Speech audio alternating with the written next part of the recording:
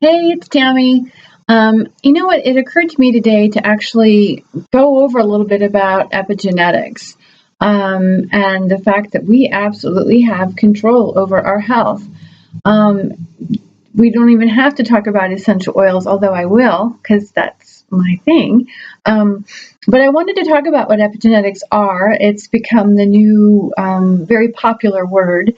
It's also known as the methylation pathway in some arenas. This is the thing that people are getting done with regards to the DNA testing that they're doing. A lot of times it's just mapping the methylation pathway or your epigenetics.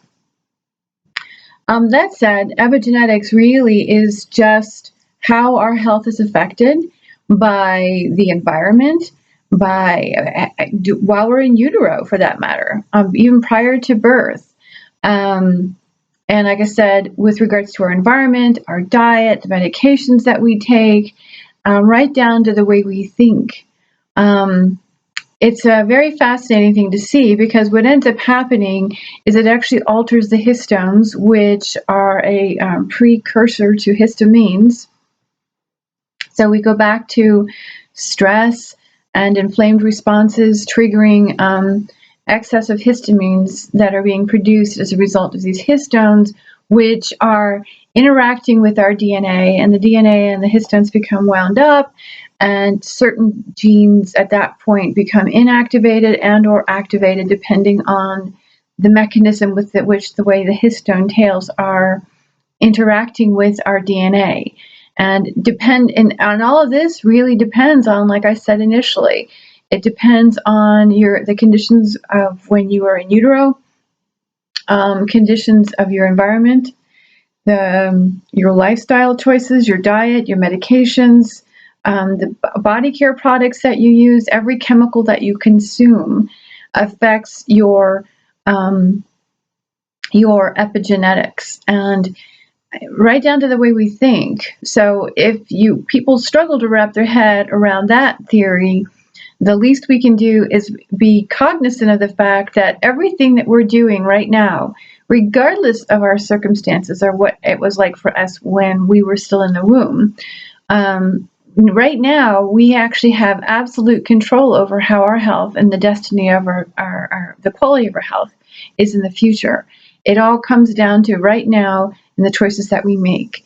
Again, it doesn't have to do with the way we think, although understanding that you have absolute say in the course of your health is incredibly important. It's exciting, actually, if you think about it, because at this point you get to empower your own body and understanding everything that you introduce to it on a chemical level. And mind you, chemical levels include what you inhale.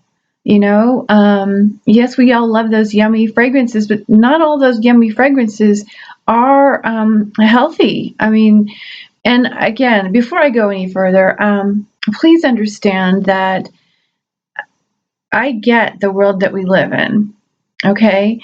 And it is full of amazing things, fun things, not necessarily healthy things. I think one of the most troublesome things that I ever incur is when people sit in front of me and they go, well, I try to eat healthy. And I'll tell you what, there again, it's really not any fun to sit at a meal with somebody and then go, well, I normally eat healthy. I don't ordinarily eat this way. I could care less.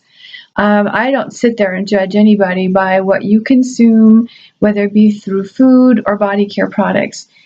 The intent to anything that I say here is to bring awareness, okay? And the reason for that awareness is because at that point you have choices, and those choices begin to modify the way we do things outside, which then in turn modifies the way our body interacts with itself, between the histones and the DNA.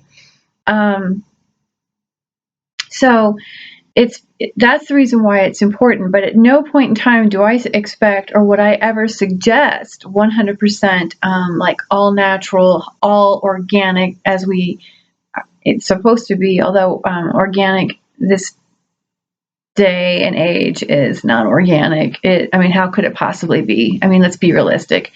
Unless you're growing foods in a vacuum that are not exposed to anything outside, you're not growing anything organic for as much effort and you're trying to place. It's just not organic. So, however, that said, the more wholesome the foods are is important, but it's not 100% because even if you eat, I mean, I've met people that, they are eating all organic diets and they're eating whole foods, and yet they still have health issues. And the countless people that come to me and go, well, how can you explain that? Tell me why that person is, I'm over here and I smoke and I do all these things and I'm healthier than so and they did all the right things and therefore I can't justify changing the way I do things. Well, you know what? That's a reasonable argument. There's no question about that. That is evidence right there that it's more than just what you eat. I'm going to go out on a limb and say that theoretically you should be able to eat whatever you want if you give the body the right instructions. And the right instructions begin with the way we think about things. It's how we allow ourselves to respond to a stressor as opposed to react to the circumstance. It's about allowing that pause, that mindfulness, that consciousness into our being that will actually alter the way these histones and our DNA interact. That's first and foremost. Beyond that, the chemicals that we're exposed to, well, the body theoretically is designed to eliminate these toxins, and they're again providing it with additional instructions and helping to modify this genetic expression from a chemical messenger, using essential oils is really a good idea. Just to give you an idea, histone really is it's a type of protein, and that's how I want to define it. It's a protein-like substance that actually modifies the way our DNA interact. So, or how they activate it or not. So that said, I want to reemphasize that number one, essential oils do not contain any nutrients, and that includes proteins. So if somebody is going to go out and say, well, you can use essential oils to alter the way the histones and essential oils and histones in the human body, and you can alter the way that you can modify DNA expression from there. You can't, because there aren't any such thing as histones in the essential oils. There are no nutrients. I want to say that again. There are no nutrients in essential oils. They are secondary metabolites that interact with our DNA in the way that they actually help to override any dangerous effects of these histones. Now, they're important in the sense that they actually have a role in the body, but a lot of it is about protection. Okay, so in previous talks, I talked about stress. Okay, and the histones, they become inflamed. And this is where the HMT gene comes in that I was mentioning when we were talking about histamines. That actually helps to inactivate the histamines. So an inflamed reaction to the world around us causes an inflamed reaction within the body. Now, besides just what we typically think of as stressors, another example of a stressor would be the chemicals we're exposed to.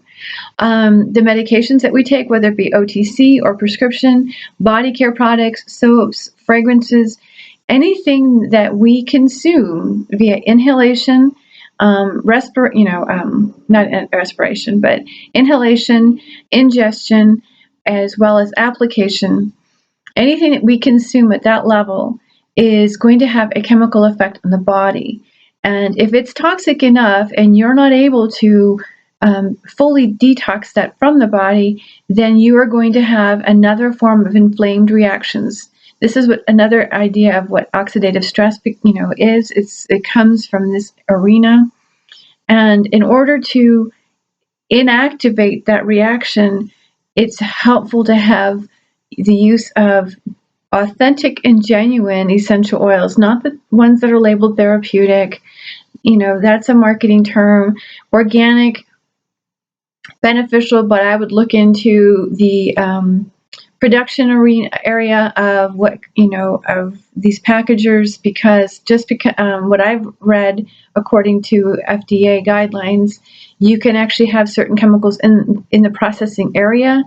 And a really good friend of mine who is involved with making his own body care and hair care, skincare products, and went the route of becoming certified organic, and he also took it into being able to certify other producers of skincare and body care products.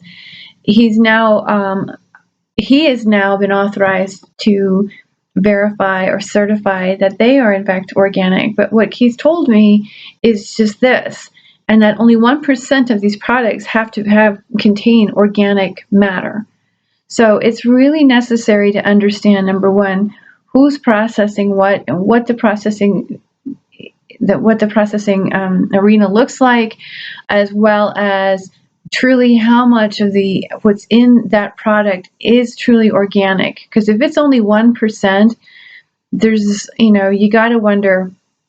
You just got to wonder about the relationship of the cost and what else is going on. So I'm being cautious, because at no point do I want to deny anybody the right to make an income, nor do I want to deny anybody the right to be able to accomplish anything that they set out to accomplish. However, I am just simply raising red flags. It's really important to know what constitutes your products as being organic, what constitutes your products as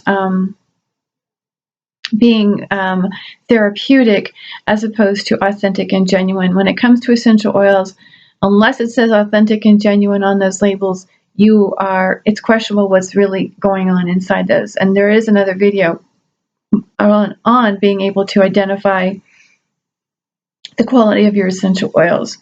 That said, though, they all, when they are authentic and genuine, truly have an impact on the modification of the genetic expression, and is a viable option for combating any epigenetic issues that an individual is going through. Now, I remember years ago, somebody, in fact, I think it was me, it's based on my kids' appetites, or their palates, if you will. And, I used to get teased because my kids they went through this whole phase of jarred peanut butter and top ramen. I mean, that was about the extent that I could get into them. They were so picky. Now it's interesting, because their diets have completely evolved into something I can be very proud of. However, at that point in time, I used to make jokes and say, well, at least my kids get good vitamins. And they did. I was making sure that their supplements were bioavailable, they were food-based, so therefore the body was able to utilize the entire vitamin. And I will do a separate video on just that, on how to be able to identify supplements as something that the body can absolutely use versus something you could end up just pissing it away, literally, or depleting yourself even further, or really not getting much benefit out of it. But there again, that's a whole nother talk. Right now, what I'm more concerned about is just addressing the fact that epigenetics is completely within your grip, and through the way you think and your environment, and being more mindful of what you introduce to the body. If you counter that with essential oils, does that mean that you can completely trash your body and just use essential oils to override the DNA and the genetic expression? I'm not going to go out here, and I don't know. It's possible. It really depends on the rest of your sequence. Yet, I wouldn't go that far, because my guess is, if you're really like all about, screw the world, I'm going to do this, and this is, if there's an ego involved in there, and your thought process is of a negative kind of like passive aggressive, victimized. I mean, anything that doesn't constitute wellness. And you can have ideas that are not about wellness. It's more about getting the other person. That chances are that you are still not going to benefit very much from the essential oils. It may prolong things, but this is a holistic picture. So keep that in mind. Holistically means, yeah, the old cliche, body, mind, and spirit, right? But there is something to that. It's the way we think. It's the way our relationship is to the world around us and beyond. It is by what we consume. And all of these factors do play into our epigenetics and the outcome of our health in the future. That said, I'm going to put a link and an image.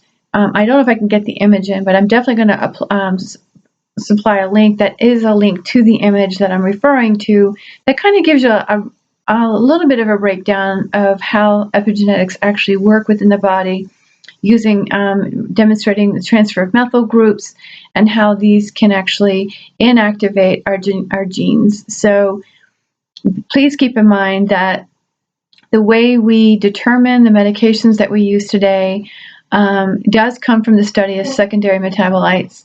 And through that process, they learn the mechanisms with which these secondary metabolites work in the body, including on the epigenome. And because we understand how this works, and we as a collective do understand that it's just not being passed on. That's what I'm here to do. I'm here to pass this information on to you so that you can benefit fully and not just partially. And take your health back into your own hands. If it means using the medications, then by all means, use the medications. They're there for a reason. For those of us who, have whatever beliefs you have, whether it be about a God or the universe or however, divinity, however you want to frame it, or even for that matter, those that don't, that just kind of understand that the world does work together and there is a synergy between systems in the world. There is a reason why we have developed this technology. We have so many people on this planet, and plants are not. They adapt. They adapt to their environment, and depending on the growing season and depending on so many variables, they're not 100% reliable. So the medications we have are that they are reliable in their form. However, how they work within our individual body differs between you and me. So if you need to take medications, please don't hesitate to take the medications. That's, besides sitting down with someone and eating a meal and then going, well, I don't always eat like this. Another issue I struggle with is when somebody comes to me and goes, well, I don't like medications. And there's some hesitation, some resistance to actually being fully honest with me about what they really think or how they really feel. I'm okay with it. And, it's just really about the synergy of everything working together. We created these things that we have, and we can support them fully with the plants that we have. So if there's any questions, please let me know. If I am available for consults, and like I said, there is a link in the description below that you can click on that'll take you directly to a very brief description of epigenetics, as well as a really good diagram of how that works. So until then, have a beautiful afternoon. Bye-bye now.